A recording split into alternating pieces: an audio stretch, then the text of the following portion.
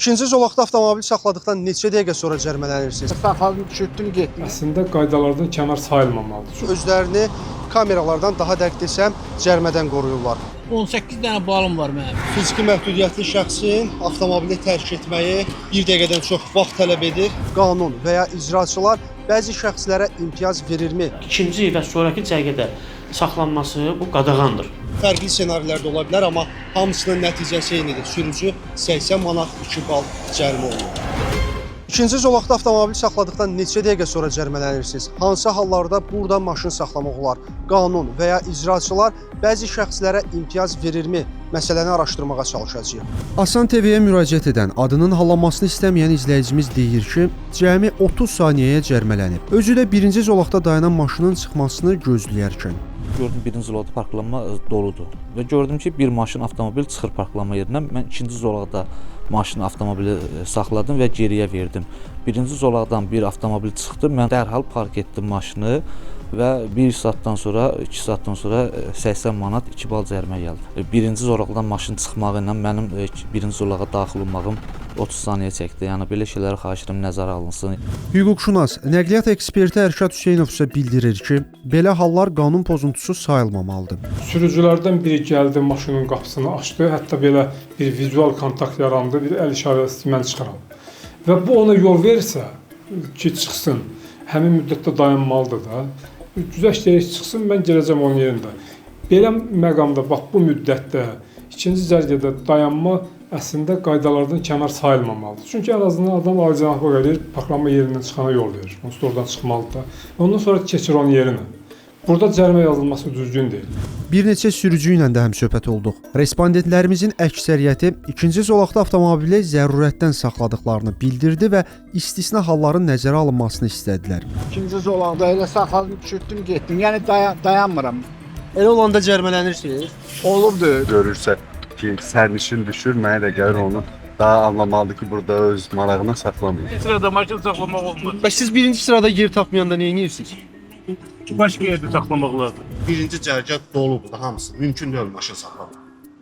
Məcbursan ki, nə bilim 500 metrə, 1 kilometrində Allah bilir qabaqda boş yer olacaq, olmayacaq. Məcbursan ki, o gətirdiyin adamı da aparıb orada düşürdəsən. 2 dəqiqə, 3 dəqiqə, ən azından 5 dəqiqədə vaxt verilə bilər ki, adam düşsün, nə bilim, adamı düşürtsün, nəsə bir lazım olan işin görsün, sırada otursun, maşından sürsün, getsin də. Yoxsa saxlayan kimi cərimə, saxlayan kimi cərimə. Elə də olmur.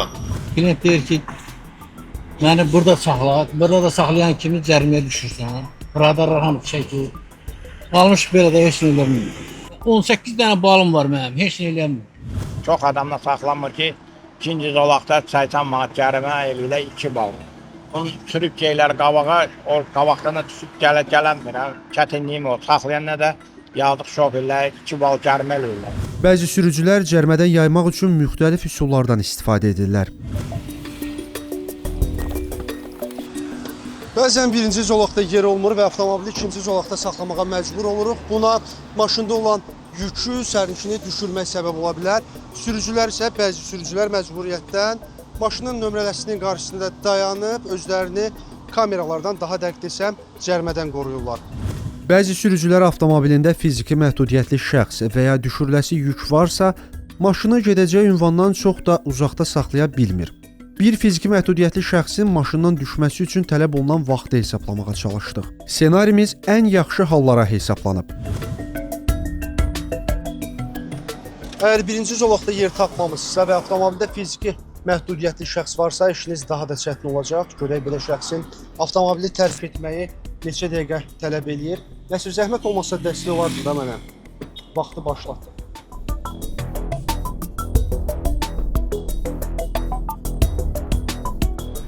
Bəli, fiziki məhdudiyyətli şəxsin avtomobili tərk etməyi təxminən 1 dəqiqədən çox vaxt tələb edir. Fərqli ssenarilər də ola bilər, amma hamısının nəticəsi eynidir. Sürücü 80 manat 2 bal cərimə olunur. Bəs qanunda ikinci zolaqda avtomobil saxlamaqla bağlı istisna hallar varmı?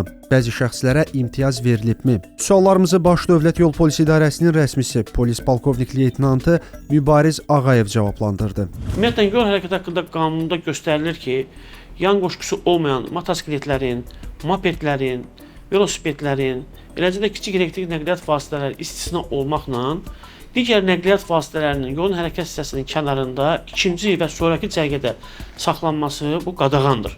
Bununla onunla əlaqələndirilir ki, nəqliyyat vasitələrinin yolun hərəkət hissəsinin ikinci cərgədə saxlanılması arxadan gələn nəqliyyat vasitələrinin hərəkətinə məhdudiyyət yaradır. Bu isə sıxlığa, tıxaca səbəb olur deyə müsahibimiz əlavə etdi. Bir sözlə, qanun ikinci zolaqda avtomobil saxlamağa heç bir halda icazə vermir.